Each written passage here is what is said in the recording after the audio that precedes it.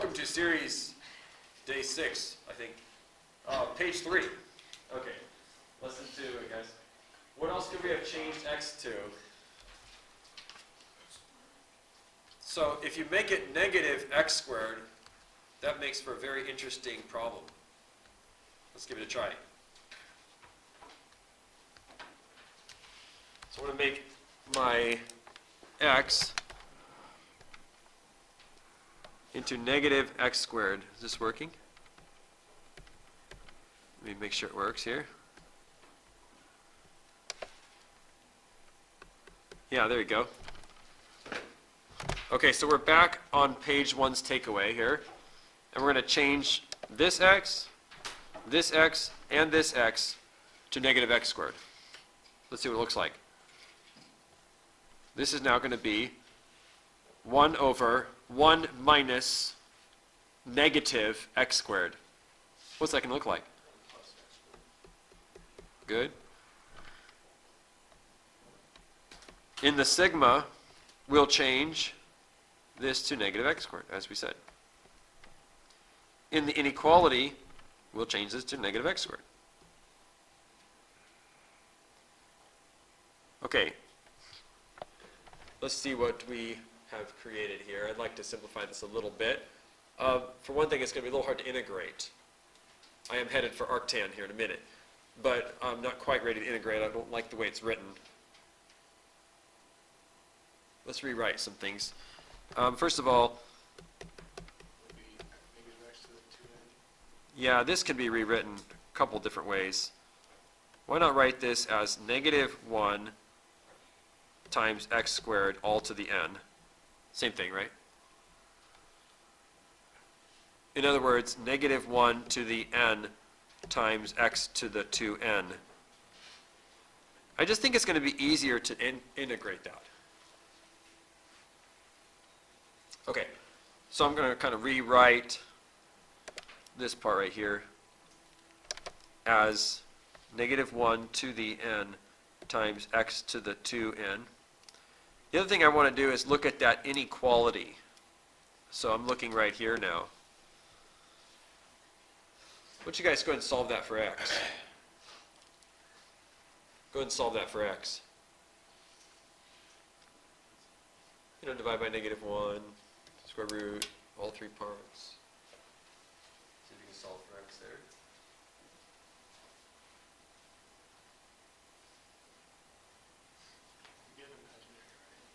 No, you don't actually. There's a redundant. Awesome.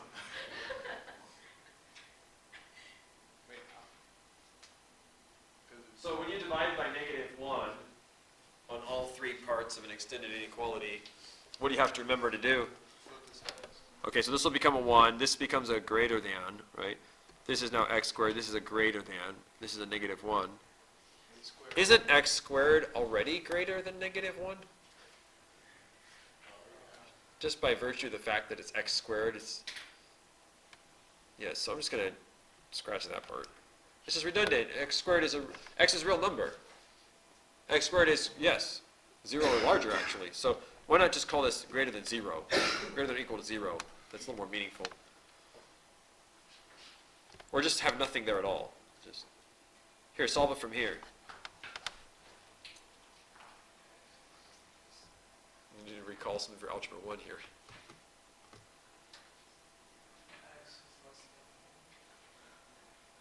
Okay. Now the way Mr. Lynch teaches this is when you square root both sides, you are supposed to include an absolute value here, because the square root of x squared is technically absolute value x.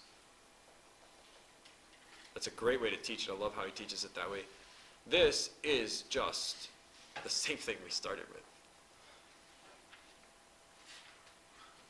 Negative 1 is less than x is less than 1. So somehow we came all the way back full circle. Your notes have it.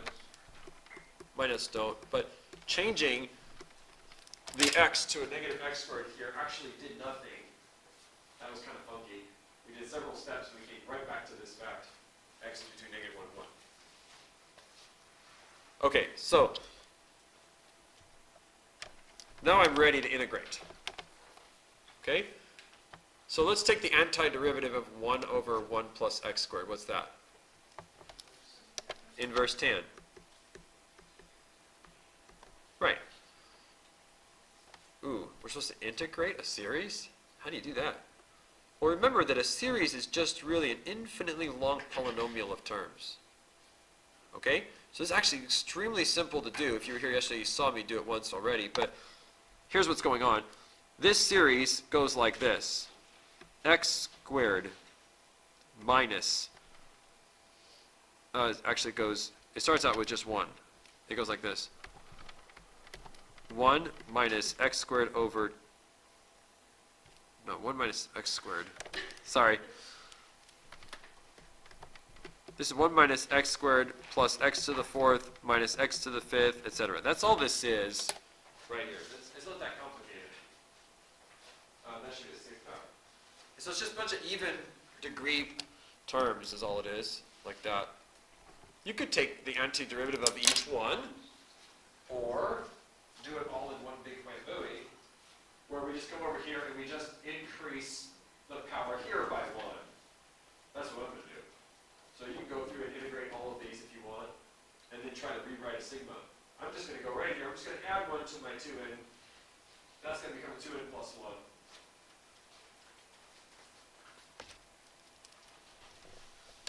This is like a coefficient, this little negative 1 at the end. This is just 2n plus 1. And then you're supposed to divide by the new power, you know, when you do the antiderivative.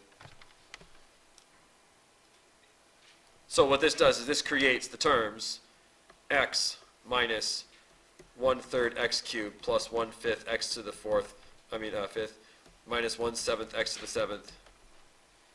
So I did all the terms at once. I just kind of threw in an extra power there and put the new power on the bottom. Now we have a way to approximate arctan of something. Brand new formula. This is a third takeaway for today.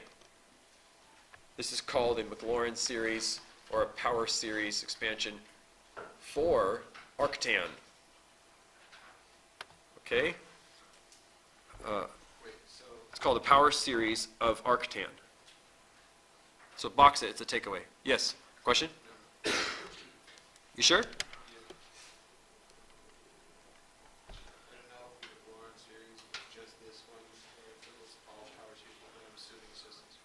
Just forget I said Maclaurin series. We'll come back to Maclaurin series later. I shouldn't have said that. A little out of context here. Okay, so, but what this means is that arctan looks like this. X minus, the first 5 terms would look like this. N equals 0 to 4, actually.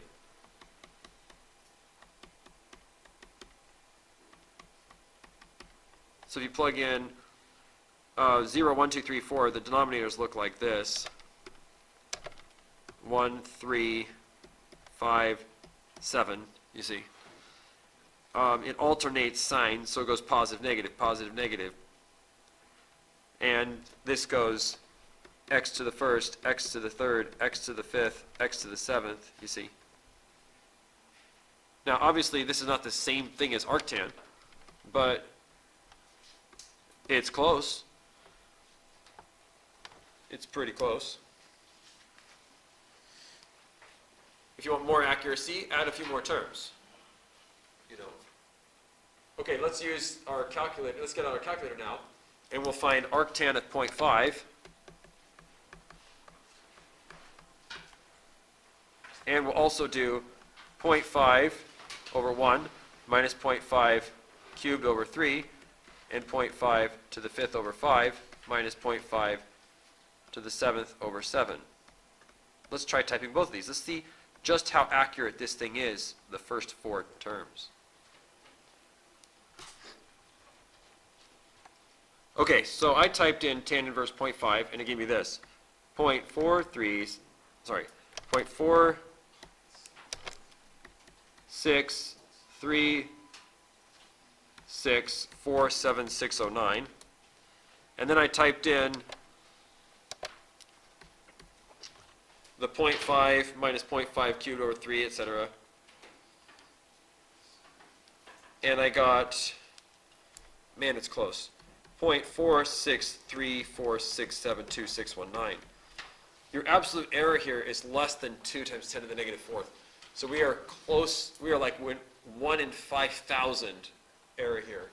Super duper accurate. And that's only 4 terms, you see. So the error is less than 2 times 10 to the minus 4. Your absolute error. Pretty nice. Not bad at all. Okay, now let's go down and let's just kind of look at the curve of arctan versus the curve of this 4-term polynomial. Let's see how well they match graphically. Can I erase this? You got it? You got it there, Katrina? Katrina, you got it written down? Everybody got it written down? Okay. Here's the graph of arctan, obviously, right? If you just use the first term, it's just x. If you use the next term, it's x minus x cubed over 3. If you use the first, 3 terms, the first 3 partial sum, the third partial sum, I mean, it's got 1 extra term. Okay, so y1 just, of course, looks like this, kind of lame. Even that's a pretty good approximation, isn't it? Tan inverse is a rather straight graph. I mean, it's not a line, but in the middle it kind of looks linear, right? And I did a horrible job drawing that. I'd like to redraw. It's concave up on the left, so the line should be under. Concave down on the right, so the line is above. The linear approximation that we learned back in chapter 4 will now be upgraded big time. Now we're going to stick in a cubic polynomial that models the curve. Notice that it's actually a negative x cubed type cubic. See that? That means it's an upside down cubic. So this was y1. Here comes y2.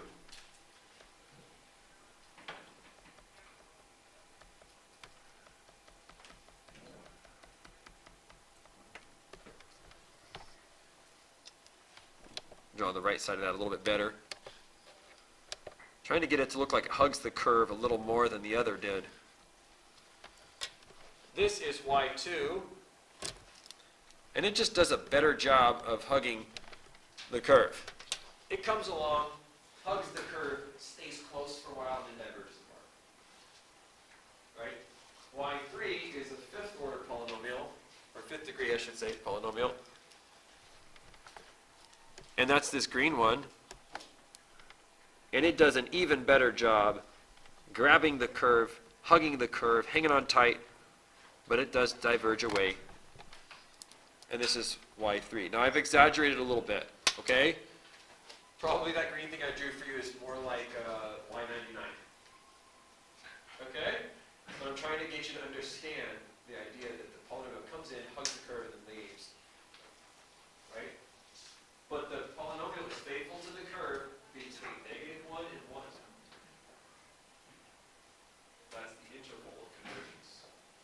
Okay. Here's your answer. This is making sense. Good.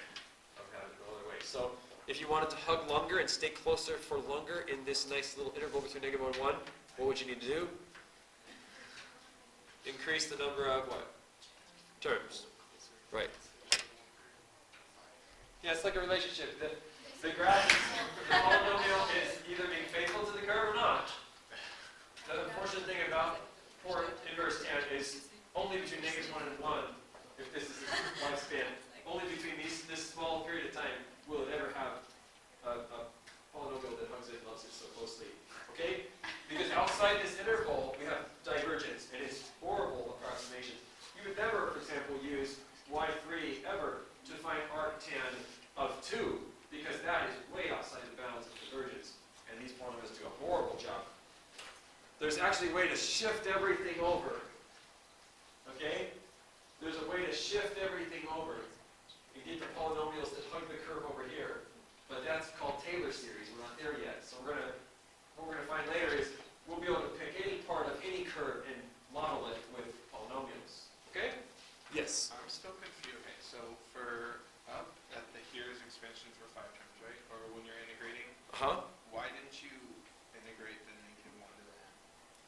That's like the -1, +1, -1, +1 coefficients.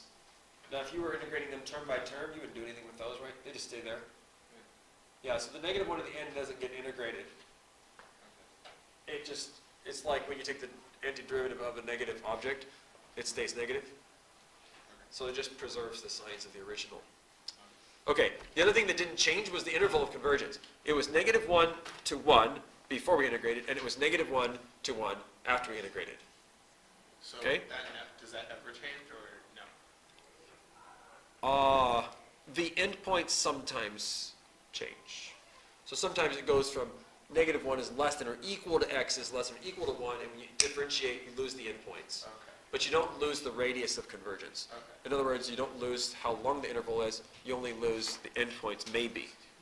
That's another topic coming up, Okay. endpoint convergence. All right, good question. So this brings up one little tiny question. If we were to include all infinite number of terms, right? And it was like a beautiful curve that came in and just grabbed the red curve and just hugged it all the way through. Would it hug the endpoints or not? Like, would -1 and 1 get touched by that infinite curve? That's a question for another day. That's called endpoint convergence. Does that perfect polynomial actually grab the endpoints or not? That's a series by series question we answer when the time comes. We're not going to answer that one about this. But your third takeaway is that this series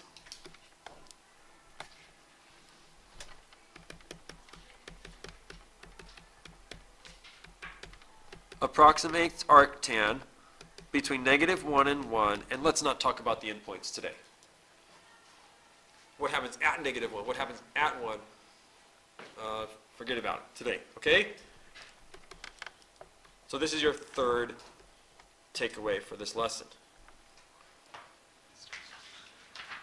Okay, so Theorem 1 and Theorem 2 are very wordy, but they're really very simple ideas.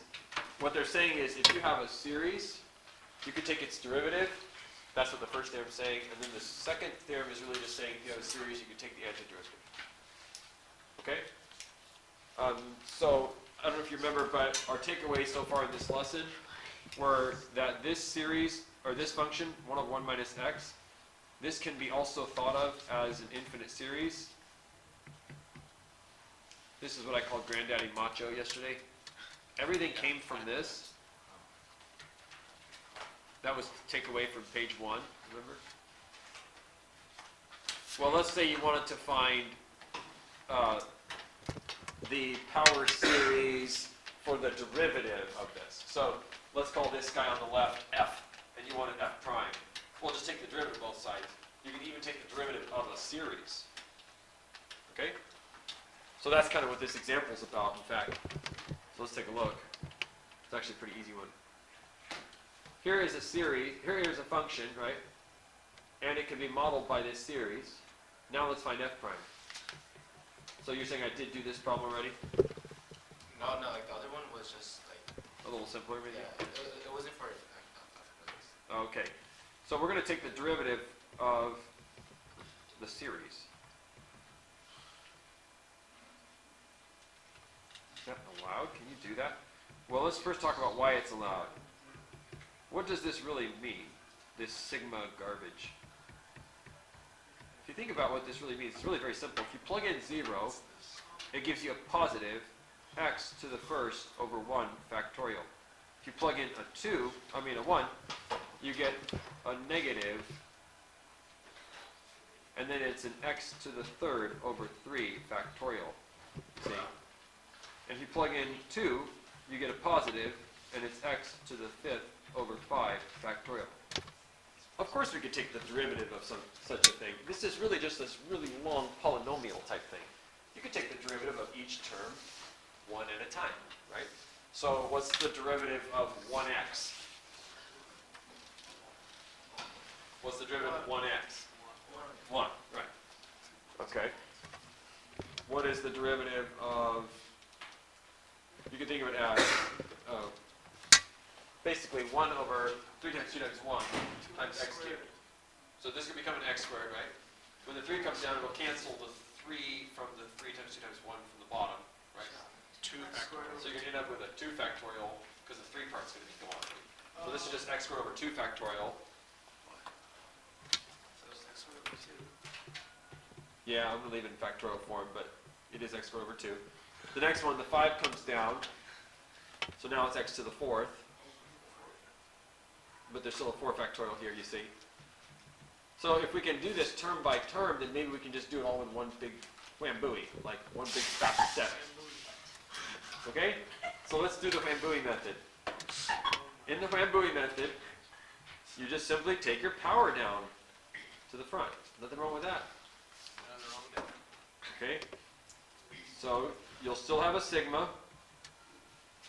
You're still going to have the minus 1 to the n, by the way. That guy is responsible for keeping all the positives and negatives straight. That's not changing. What's changing is the coefficients, right? Their absolute values. So the 2n plus 1 comes falling down. Bam. Like that.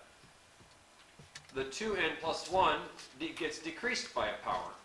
So now it's not 2n plus 1, it's 2n what? 2n. Trick question. On the bottom, we still have a 2n plus 1 factorial chilling right there. Now we can simplify it a little bit. What does 2n plus 1 factorial mean? Wait, don't you need to bring down, divide by the... Oh. We're taking the derivative, so we bring down the power and take away a power. That's it. Okay. Can this simplify?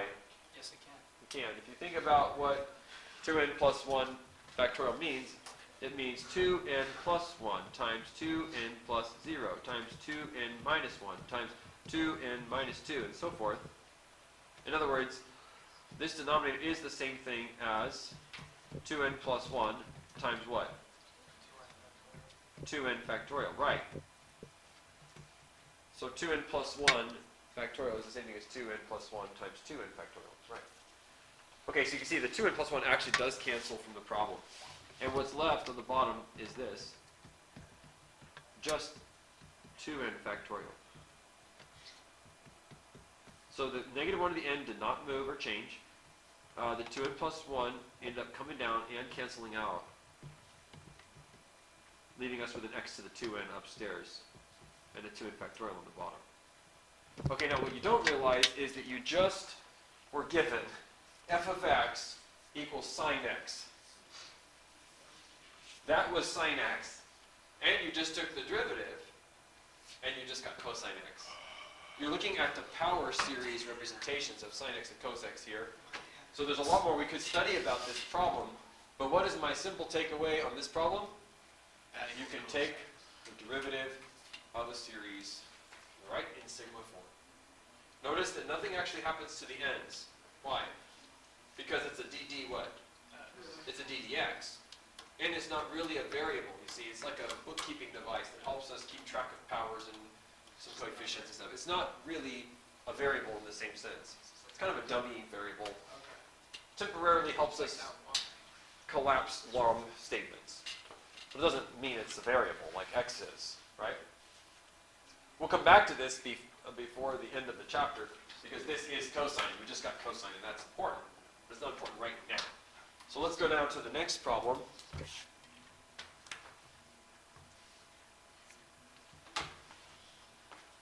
Okay, let me give myself a little more space on here. Find a series expansion for 1 over 1 minus x squared.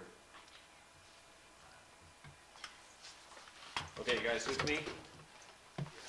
Okay, so this might appear to be like a really hard problem, but what I'm saying is 1 over 1 minus x squared has its own sigma. Okay? And you might say, Mr. You've not taught us how to create our own sigmas from new functions. But isn't it true that we just took the derivative of a series back in example 1? It is true, right? And isn't it true that the takeaway from page 1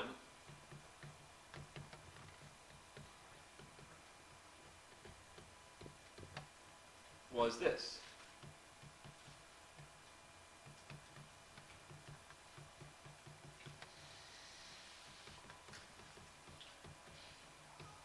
I've written this probably 15 times now. So if you haven't memorized it yet, hopefully you're going to. This is our page 1 takeaway. Do you see a connection between the red series that you've memorized and the blue series that you're studying? It's the entire series square. Well, You're right, it is the square of. What we're not allowed to do is this, guys. You're not allowed to just go like this. Can't do that. You might say, why not? Well, because when you, I mean, you can write that, but you can't bring like that 2 into the sigma or anything. So it's kind of a waste of time to write that. What does theorem 1 and 2 up above allow us to do? Theorem 1 allows us to do what? Differentiate both sides of this, red, right? And theorem 2 is saying we could integrate both sides of the red. You see what I'm saying? We could put a d dx on both sides or an integral dx. We could do that. So I think we should put a d dx on both sides. See what happens. Just play around. So let's go ahead and put a d dx on both sides here. Remember, this is just 1 minus x to the minus 1.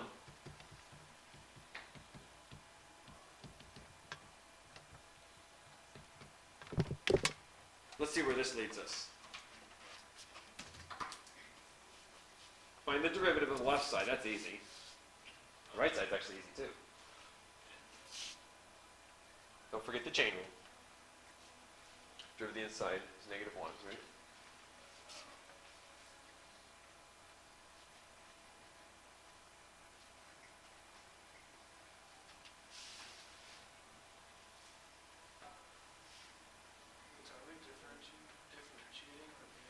You're taking the derivative of this takeaway from page 1. This is Granddaddy Macho. We're going to take its derivative on both sides.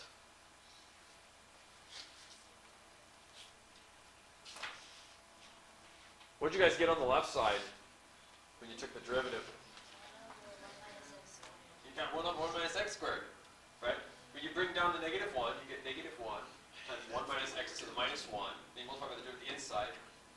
That gives us exactly what we're looking for. Beautiful.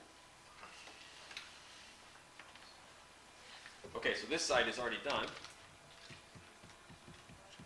If you remember the chain rule. How do you take the derivative here? Just bring the power down and take away a power. You're done. This problem is finished. The answer is here in blue. Okay, now before you move on excitedly to the next problem, you're really supposed to write this every single time. You need to tell me the x's that make this true. This is called the interval of convergence. So if you look closely at theorem 1 up above, another little thing it's saying is when you ddx both sides, the interval of convergence doesn't change. So this is still for x's between negative 1 and 1. Now,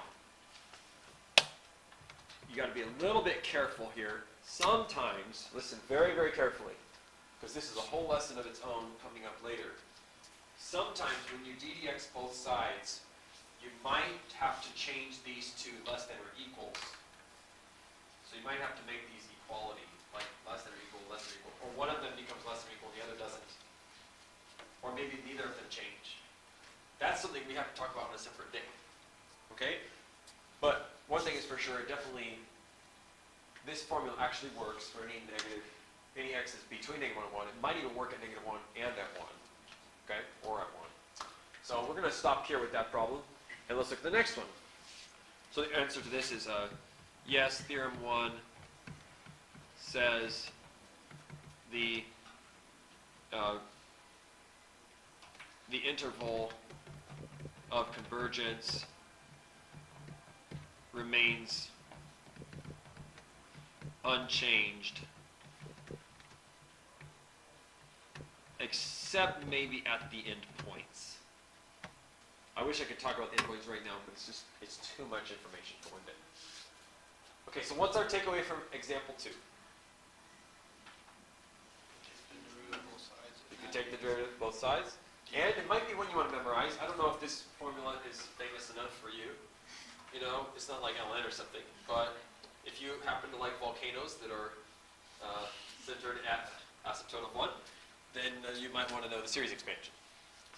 Make sure you always memorize interval of convergence for any takeaways that you memorize. It's worthless without it. All right, next problem is probably the same kind of thing. Probably involves theorem 2, right? Okay, so here is our page 1 takeaway. What was it again? Don't look at your paper, but can you guys shout it out? 1 over 1 minus x equals n equals 0 to infinity x to n. X to n. You did that almost without looking. And this is valid for x's between what and what? Negative 1 and 1, right? Now, I would like to study the series ln of 1 minus x. Okay. Can you see the relationship between the series I want to study and the series I've memorized from page 1? How is ln 1 minus x related to 1 over 1 minus x? Who's the derivative of who here? That's the derivative, right? This over here is maybe the function. So we're trying to study the antiderivative of this, almost. There is a negative issue here, do you see? Yeah, because that's the derivative of that is negative, and now it's positive. Yeah, the derivative of this is technically 1 over 1 minus x times negative 1, which this seems to be lacking. Are you guys okay with me multiplying our page 1 takeaway by negative 1 on both sides? Yep. Okay. So I'm going to multiply by negative 1 right here and here. Everybody cool with that? Still a true statement, right? Wait, so if you can do that, why can't you square it? With any identity, you can multiply both, any equation can be multiplied, right, in mathematics, by the same number on both sides, as long as it's not 0, right? Squaring both sides is legal too. The problem is we can't get that square inside the summand. So you'd have to square on the outside, but you couldn't get it inside the summand, so you still don't know the series. Yeah.